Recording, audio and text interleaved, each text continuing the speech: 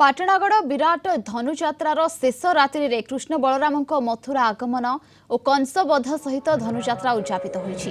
शेष रात्रि रे राज अतिथि भाव में पाटणागढ़ विधायक सरोज मेहर और पूर्वतन विधायक तथा पाटणा महाराज कनकवर्धन सिंहदेव निमंत्रित अतिथि थिले। एही अवसर में अंचलर कृति प्रतिभा मानक उपढौकन और मानपत्र दे सम्मानित करा जायथिला। अंतिम राति रे धनुजात्रा देखिबा पई हजार हजार दर्शकों भीड़ जमिथिला। सर्वदा धन्यवाद देमी आज मैंने आयोजक कमिटी समस्त को सुंदर भाव में आयोजन होचे।